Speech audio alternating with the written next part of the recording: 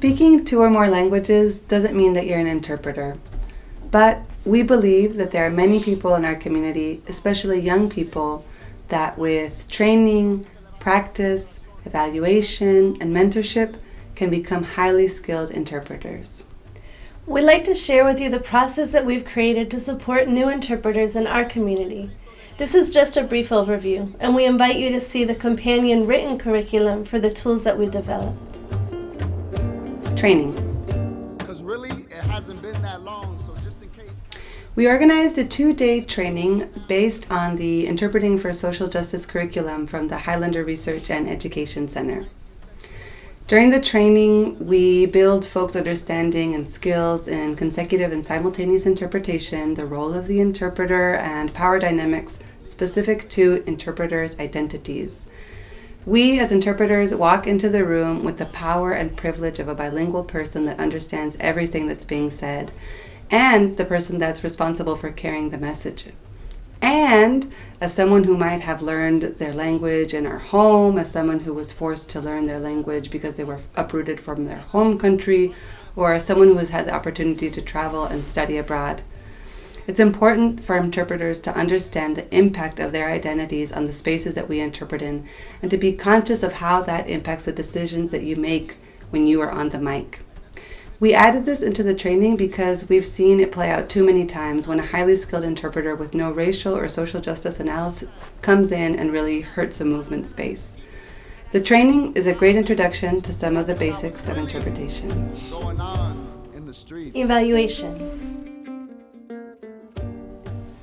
A couple of weeks after the training, we invited interpreters that felt ready to come in, be part of an evaluation process. The evaluation included consecutive and simultaneous interpretation, as well as decision-making and ethics.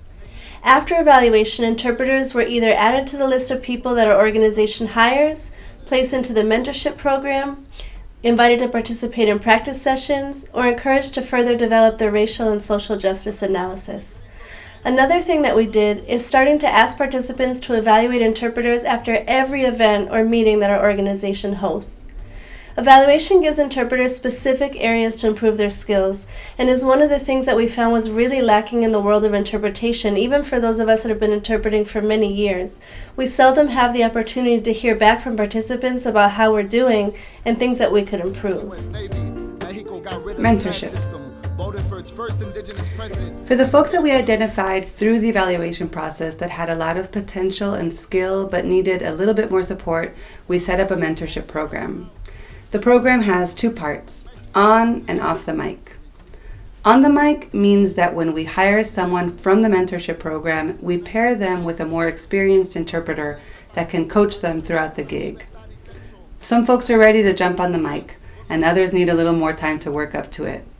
One way we do that is through a gradual shadowing, where first the interpreter in mentorship is listening to the other interpreters, then they might listen and repeat to themselves, then they might start interpreting on another channel where only one other person is listening to them, eventually working up to short amounts of time on the mic. Off the mic, interpreters commit to a 3-month process of practice and study. That might mean reading an article, practicing interpreting a video at home, or listening to a podcast and pulling out some new vocabulary words. Whew, it sounds like a lot, and it is a lot, pero vale la pena. We've seen so much growth in our capacity as a region to truly engage and bring in new folks into multilingual work as a result of this process. We would do it again, and we will do it again this year. We'd love to hear from you as you try it out. Let us know what's happening and share with us what new ideas you've created.